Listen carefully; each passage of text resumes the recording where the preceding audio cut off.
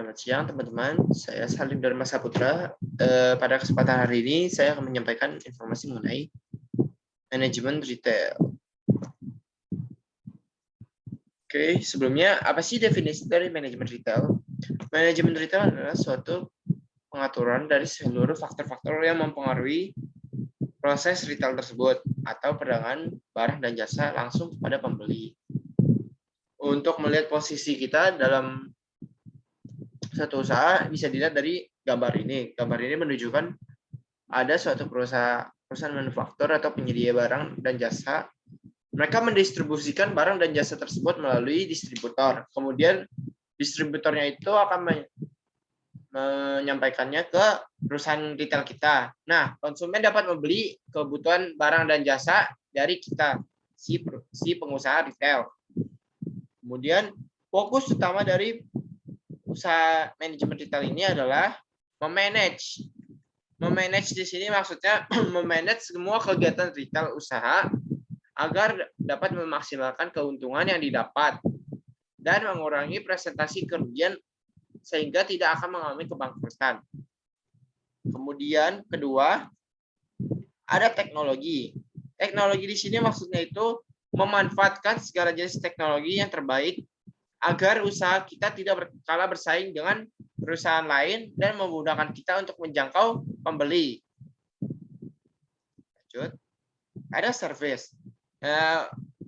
Service di sini itu mengutamakan pelayanan yang baik dan nyaman kepada konsumen dengan tujuan mempererat hubungan dengan si konsumennya ini agar konsumen ini tidak akan berpaling ke pesaing lainnya. Lanjut. Ada fungsi dari retail. Penyedia barang dan jasa yang heterogen.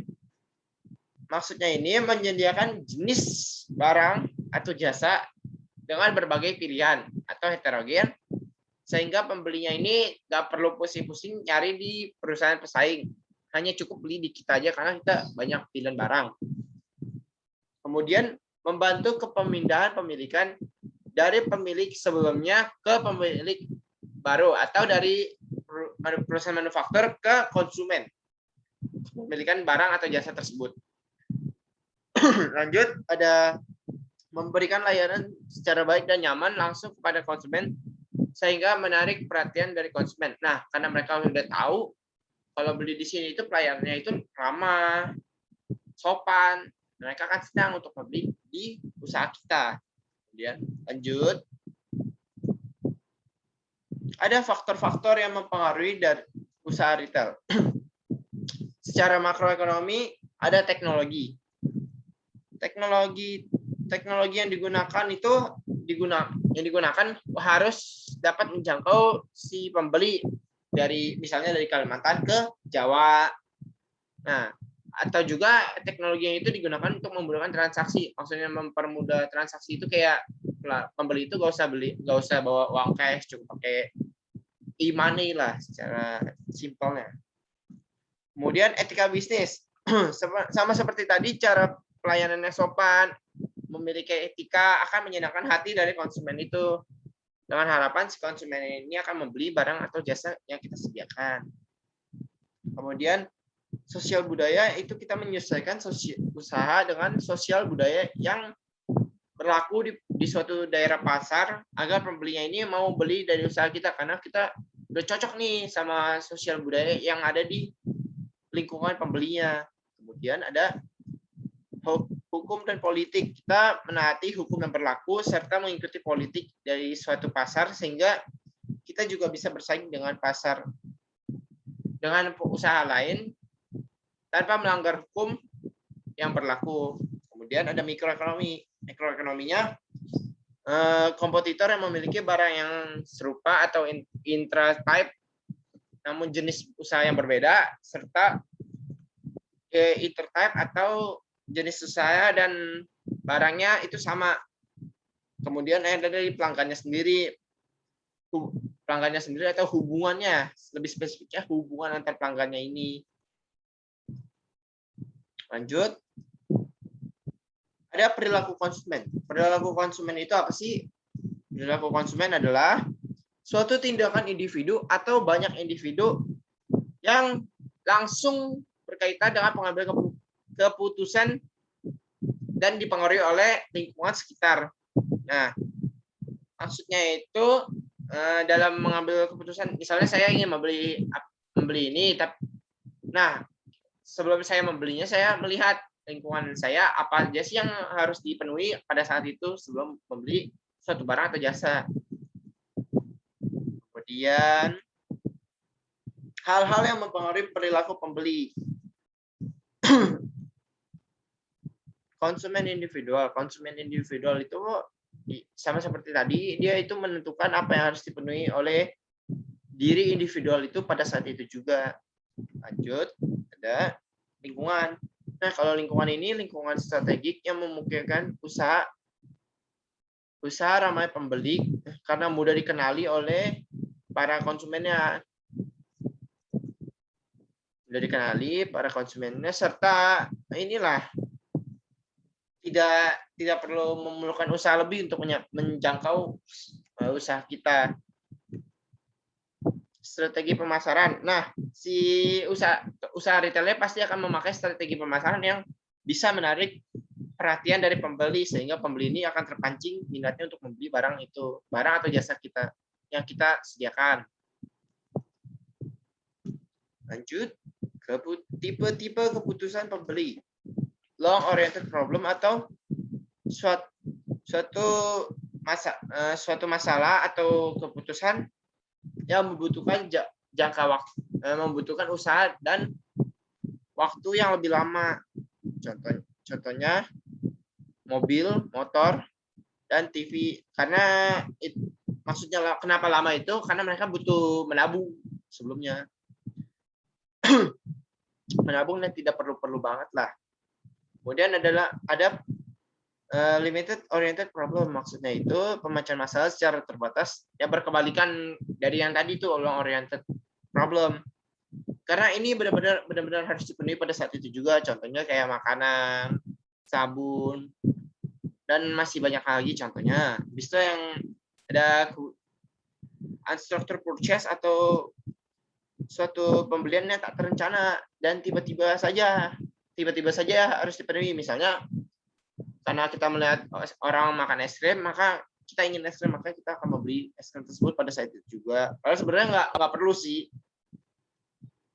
Kemudian ada habitual purchase atau kebiasaan seorang pembeli untuk setia pada produk atau toko. Misalnya perusahaan misalnya pembeli A ini sangat setia pada produk Indomie karena dia sudah percaya akan kualitasnya dan harganya itu terjangkau, sehingga dia tidak akan berpaling ke merek-merek mie lainnya. Kemudian dia juga membeli pada toko retail A karena dia sudah menjadi pelanggan tetap sejak lama, sehingga si toko A ini sering kadang memberikan bonus pada pembeli A ini.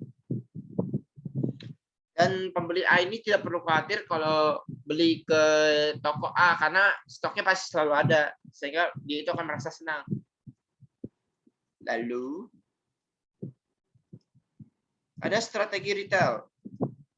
Strategi retail itu ada 3, yaitu target pasar atau segmen pasar menjadi fokus bisnis retail dalam penyusunan rencana sumber daya usaha bauran, usaha dan bauran retailnya, contohnya makanan halal di daerah mayoritas yang agamanya emang Islam. Kemudian ada format retail atau format yang menggambarkan karakteristik operasi dari bisnis tersebut. Maksudnya itu kayak toko ini punya keunikan dari jenis barang dan jasa yang disediakan, harganya, iklan dan promosi, desain toko yang khas, atau lokasi dan sebagainya. Contoh untuk memenuhi kebutuhan target pasarnya pastinya. Contohnya Carrefour itu punya logo tersendiri, terus jenis barang dan makanan itu berbagai macam kan untuk kebutuhan sehari-hari.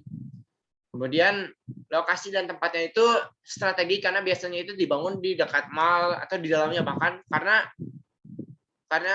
memiliki banyak pengunjung yang berdatangan ke area mall, sehingga secara tidak langsung pembeli akan terpikat untuk membeli barang atau jasa yang harusnya diperlukan di Carrefour tersebut. Dan terakhir ada keunggulan kompetitif berkelanjutan. Keunggulan pengecer yang tidak mudah ditiru oleh pesaing dan dapat dipertahankan dalam jangka waktu yang panjang. Misalnya toko es punya makanan yang unik dan enak rasanya. Nah, banyak orang ingin membuat tiruannya, namun gagal. Sehingga usaha es ini akan bertahan lama dan karena dialah satu-satunya yang membuat bumbu tersebut, maka keunggulannya ini akan berkelanjutan terus, tidak bisa diputus sebelum adanya pesaing yang bisa meniru bumbunya ini. Lanjut. Cara membangun keunggulan kompetitif. Ada membangun hubungan erat dengan konsumen dalam kurang setiap pelanggan. Dengan mereka itu bisa membangun hubungan dengan pelanggan dengan cara membuat suatu citra merek yang kuat. Contohnya Aqua. Aqua kenapa? Karena mereka adalah perusahaan pertama yang menjual air minum kemasan. Kemudian menggunakan positioning yang tepat, ya, positioning dan barang dan jasa yang unik. Maksudnya itu positioning itu kayak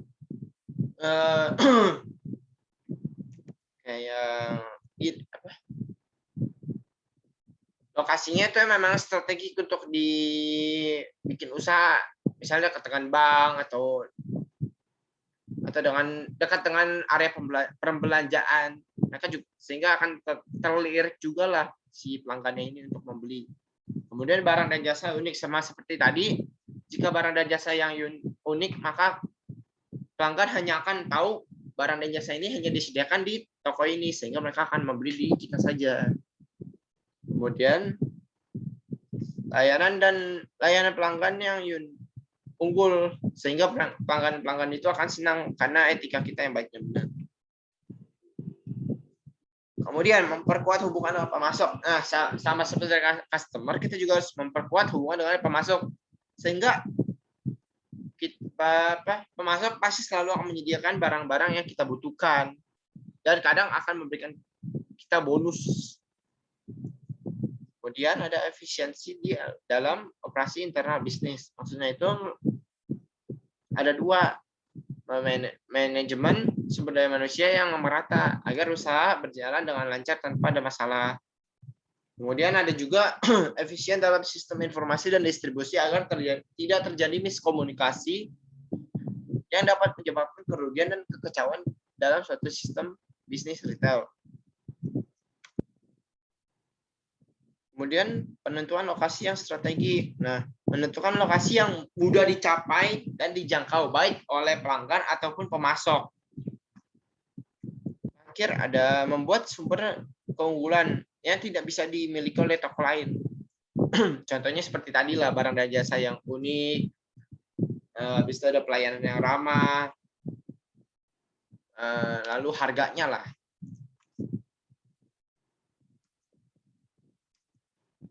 Strategi pertumbuhan ada 4, yaitu ada penetrasi pasar atau cara pertumbuhan yang mengarah pada pelanggan yang sudah ada dengan menggunakan format retail saat ini atau yang sedang berjalan. Kemudian ada ekspansi pasar, yaitu cara pertumbuhan pasar dengan melibatkan format retail yang sudah ada di segmen pasar baru atau daerah baru. Kemudian ada pengembangan format retail atau cara pertumbuhan di mana pengecer mengembangkan format-format retail yang baru dengan metode retail mix yang berbeda untuk target pasar retail yang sama. Habis itu ada diversifikasi atau cara di mana pengecer memperkenalkan format retail yang baru dan diarahkan ke segmen pasar yang pada saat ini tidak ada layanan pengecer. Maksudnya mereka menjadi satu-satunya usaha pengecer di lokasi itu. Lanjut. Proses perencanaan retail strategis. Ada menentukan menentukan misi bisnis atau menentukan tujuan dibentuknya suatu usaha retail. Misinya itu pastinya untuk mendapatkan keuntungan maksimal dengan pengeluaran yang seminimal mungkin. Melakukan audit kondisi bisnis atau melakukan suatu pengecekan terhadap kondisi bisnis, apakah ada suatu masalah atau error yang dapat membuat kerugian atau tidak. Bila membuat kerugian, akan melakukan upaya untuk membenarkan sistem gagal tersebut. Kemudian mencari peluang bisnis strategis. Mencari peluang agar peluang bisnis itu agar bisnis tersebut bisa dilaksanakan atau dieksekusi dengan strategi yang sedang dijalankan. Kemudian evaluasi alternatif lain. Maksudnya itu mengecek apakah alternatif lain itu dapat digunakan apabila strategi yang dijalankan saat ini gagal. Menetapkan tujuan dan alokasi dana. Menetapkan tujuan yang harus dicapai pada saat itu juga atau goal, dan mengalokasikan biaya yang merata supaya bisnis berjalan dengan lancar tanpa adanya suatu beban yang tidak bisa ditutup oleh biaya tersebut. Kemudian mengembangkan retail mix atau mengembangkan format retail dengan cara retail mix sehingga bisnis dapat berkembang. Evaluasi kinerja atau mengevaluasi kembali kinerja dari usaha yang telah dijalankan selama ini dengan menggunakan strategi awal, apakah efisien atau tidak. Apabila tidak, akan bisa dicoba dengan alternatif yang sudah dibuat sebelumnya. Kunci sukses untuk retail skala global. Ada keunggulan kompetitif secara global.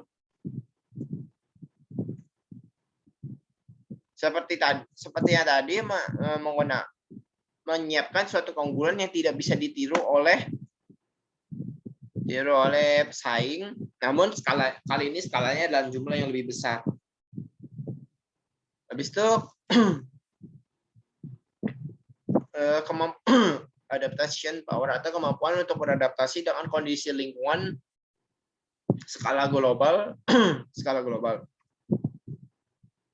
Global culture atau harus mampu menyesuaikan dengan budaya global yang memiliki keunikan masing-masing di setiap daerahnya. Kemudian financial resource, harus menyiapkan sumber finansial yang besar sehingga usaha yang ini dapat menghadapi segala kondisi yang akan terjadi pada usahanya.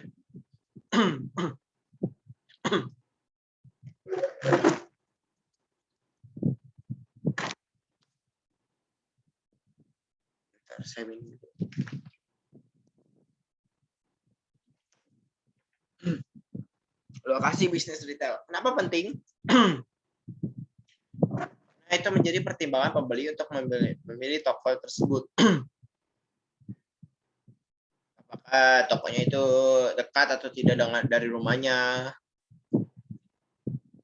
atau jauh. Kalau jauh pasti tidak akan mau membeli di situ lagi, karena memerlukan biaya yang tidak perlu dikeluarkan kalau tokonya dekat.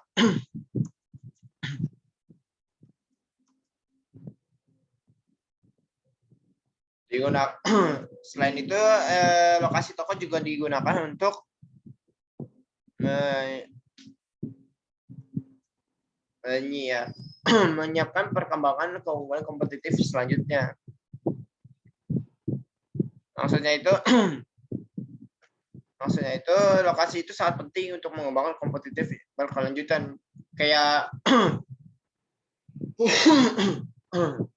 penyedia jasa barang dan jasanya itu bisa masuk apa enggak. Kalau enggak, bakal mengeluarkan biaya angkut lagi yang lebih mahal.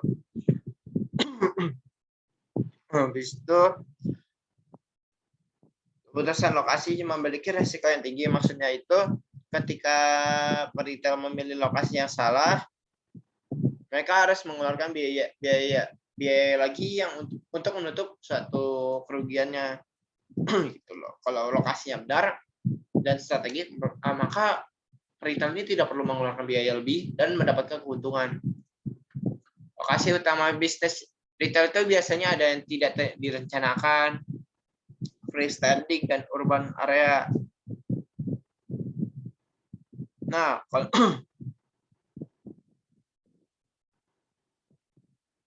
kalau yang freestanding ini contohnya itu kayak lokasi yang mudah aksesnya, dan ketersediaan area parkir yang luas, trafiknya tinggi, visibilitas, biaya sewa hunian relatif murah, dan lebih sedikit pembatasan pada tanda-tanda jam atau barang dagang.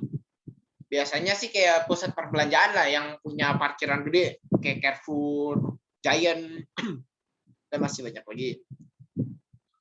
Kalau urban area itu kayak area perkotaan, biasanya sih CBD atau Central Business District. Contohnya ada di pusat perbelanjaan yang di Main Street, daerah bisnis pusat kota, inner city, dan inner city. Kemudian ada shopping center. Lalu ada shopping center atau grup retail dan bisnis lain yang direncanakan dibangun dan dimanage oleh satu kepemilikan. Terdiri dari pusat belanja masyarakat sekitar, power center, dan shopping mall. Lanjut. Faktor-faktor dengan pengaruh tingkat permintaan area perdagangan.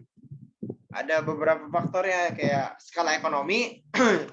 Mereka melihat dulu berapa besar skala finansial yang harus dikeluarkan untuk mendapatkan keuntungan dari bisnis lokasi tersebut.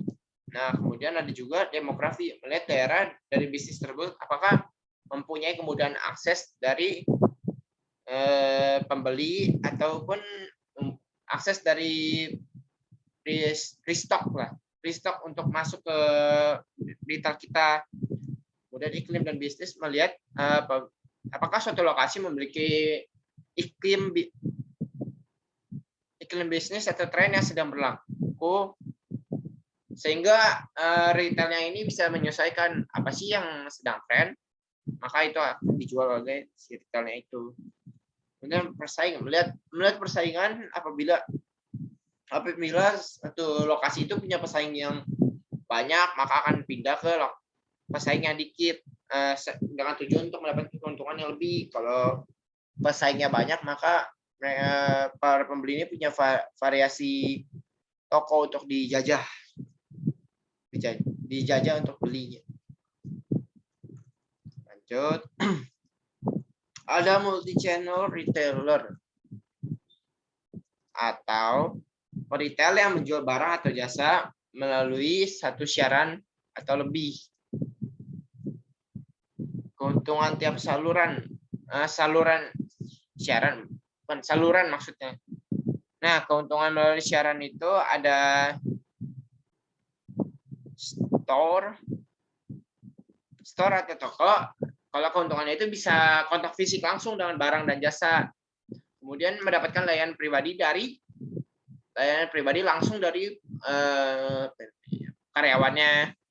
Kemudian pengurangan resiko apabila barang atau jasa tidak sesuai karena sudah melihat langsung barang atau jasa tersebut. Mendapatkan interaksi sosial secara langsung serta dapat melakukan pembayaran secara tunai. Apabila tidak bisa atau tidak mengerti pembayaran secara kredit. Nah, katalog, kalau keunggulan dari katalog itu memiliki kenyamanan, dan kemudahan untuk penggunaan katalog tersebut untuk membeli barang atau jasa. Nah, kalau internet itu punya keamanan, kenyamanan pastinya karena dari rumah, memiliki pilihan produk yang luas dan mendalam, informasi atau deskripsi dari suatu produk yang rinci lah, tepat waktu biasanya. Itu aja sih. Lanjut. Manfaat dari multi-channel retailer dapat mengatasi keterbatasan format retailer saat ini. Maksudnya itu bisa memperbanyak pilihan produk. Habis itu harga atau biaya yang dikeluarkan itu lebih murah. Kemudian eksekusi yang konsisten. Biaya murah namun mendatangkan hasil yang sesuai harapan. Dan terakhir itu up to date karena selalu mendapatkan informasi yang terkini.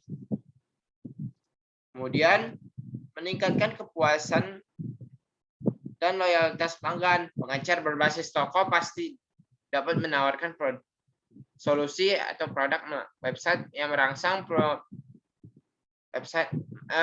menawarkan solusi atau produk di website yang merangsang pembeli untuk melihat lebih banyak produk daripada yang mereka inginkan. Maksudnya itu kayak misalnya mereka ingin sabun, bisa aja mereka mau beli sabun apa, terus mereka bisa melihat pilihan sabun yang tersedia, ada sabun muka, sabun mandi, dan masih banyak lagi. Habis itu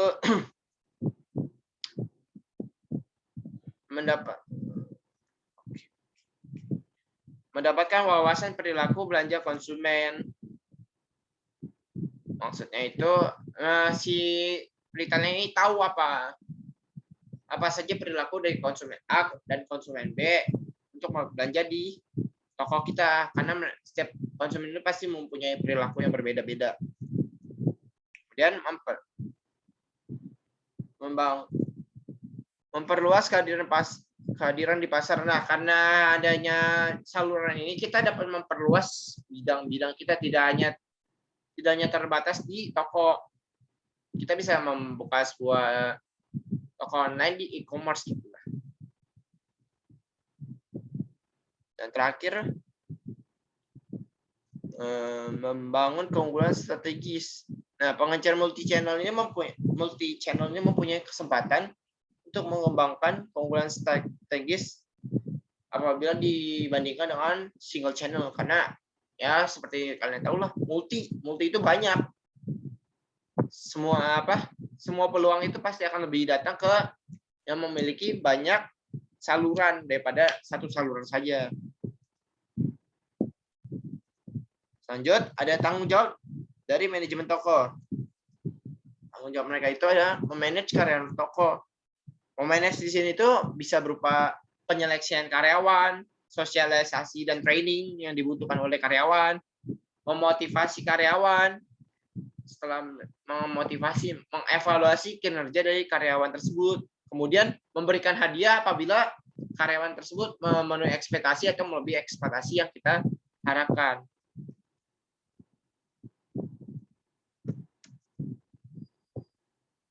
Memanage barang dagangan.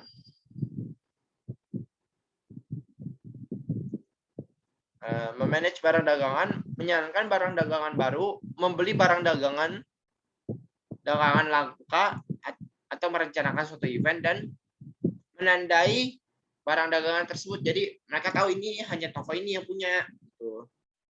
Dan akhir, menyediakan customer service yang digunakan untuk memberikan feedback atau kritikan kepada toko sehingga toko itu bisa berkembang menjadi lebih baik. Dan satu lagi, ada mengatur cost, meningkatkan biaya produksi, mengurangi biaya perawatan dan tenaga serta mengurangi kerugian persediaan namun tidak tampil di sini. Lanjut, ada proses mengolah karyawan toko. Yang tadi saya jelaskan sih, merekrut dan menyeleksi karyawan tersebut. Apakah mereka mempunyai standar yang kita butuhkan? Standar ini bisa berupa pendidikan, keterampilan, dan masih banyak lagi. Habis itu kita juga mensosialisasi dengan karyawan tersebut dan melatih karyawan baru. Memotivasi dan memanage karyawan untuk mencapai suatu tujuan toko kita, lalu mengevaluasi kinerja yang telah dikerjakan oleh karyawan tersebut dan memberikan sebuah feedback untuk membantu karyawan tersebut berkembang. Kemudian mengkompensasi dan memberikan hadiah kepada karyawan karena telah mencapai suatu goal si toko kita. Kemudian ada desain dan layout toko retail. Maksudnya itu pentingnya desain dan layout toko terhadap perilaku konsumen itu memberikan suatu interesting atau minat. Apabila desain toko itu unik, maka pelanggan tidak akan ragu untuk datang karena minatnya itu untuk melihat-lihat. Bisa spend more time atau menyalurkan lebih banyak waktu. Nah, karena mereka ini merasa unik, terus desain tokonya nyaman gitu. Mereka tidak akan ragu untuk menyediakan waktu mereka untuk melihat-lihat toko kita atau lebih lama lah di toko kita. Loyalty atau desain toko ini secara tidak langsung akan membentuk suatu loyalitas pelanggan kepada toko, karena mereka tahu ini toko ini saja yang punya desain dan layout yang unik serta barang dan jasa yang mereka butuhkan. Convenience atau mudah dia jangkau, kayak misalnya mereka nyari suatu produk, kita akan desain toko itu telah menyediakan tulisan produk atau jasa yang dibutuhkan oleh dia, sehingga dia atau pembelinya ini akan mudah menemukan barang dan jasanya. Tujuan desain toko untuk menerapkan strategi retail seperti yang tadi yang di awal. Kalau tokonya unik ini, mereka dapat menerapkan strategi retail dengan gampang. Bangun loyalitas karena mereka tahu toko ini unik dan nyaman. Dan barang-barang yang ditawarkan juga murah dan dibutuhkan. Karena loyalitas ini, mereka akan membantu toko ini untuk meningkatkan penjualannya, karena mereka akan selalu beli di sini-sini aja. Kemudian mengontrol biaya. Nah, kalau desain tokonya ini memiliki lampu-lampu yang unik, terang, namun bisa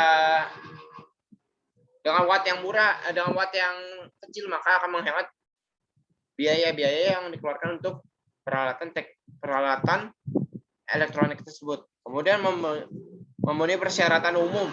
Nah, apabila suatu toko tidak memiliki persyaratan hukum, maka tidak akan diberikan izin untuk membuka toko tersebut. Kemudian elemen-elemen desain toko. Tata letak atau layout grid. Tata letak itu bisa berupa grid, racetrack atau biasa disebut pacuan kuda, serta free form atau tata letak sesuai keinginannya sendiri. Nah, elemen lainnya itu ada tanda-tanda atau gambar-gambar, sama seperti yang tadi yang kayak ada tulisannya itu. Misalnya kategori susu, biskuit, sabun, dan lain-lainnya itu dipisahkan agar pembeli mudah menjangkau kebutuhan yang dia butuhkan saat itu. Terakhir, area fitur atau area ini khusus untuk apa gitu. Teknik presentasi merchandise atau barang dagangan biasanya bisa berorientasi dari ide. Orientasi ide ini biasa berasal dari manajemen toko. Mereka ingin suatu area ini berdasarkan ide sendiri. Ide-idenya itu tidak bisa dijelaskan karena memang dari ide manajer toko tersebut. Berdasarkan barang, gaya, atau lifestyle. Nah, ini tuh bisa diterapkan di toko baju. Biasanya ada area khusus untuk gaya klasik, Ada juga yang stylish atau formal. Tuh. Ini organisasi warna. Nah, ini bisa contohnya di supermarket. Misalnya ini area khusus untuk warna merah, bisa berupa sayuran atau apa. Untuk kuning, buah-buahan. Dan masih banyak lagi, namun disesuaikan berdasarkan warna. Ada merah, kuning, hijau. Ada lini harga. Biasanya itu mereka menyesuaikan dari satu area ini harganya semuanya murah. Ini ada harga yang cukup mahal dan ada yang sangat mahal. Itu aja sih. Terima kasih telah mendengarkan presentasi yang saya berikan. Saya mohon maaf apabila banyak kekurangan dalam presentasi ini. Itu sekian dan terima kasih.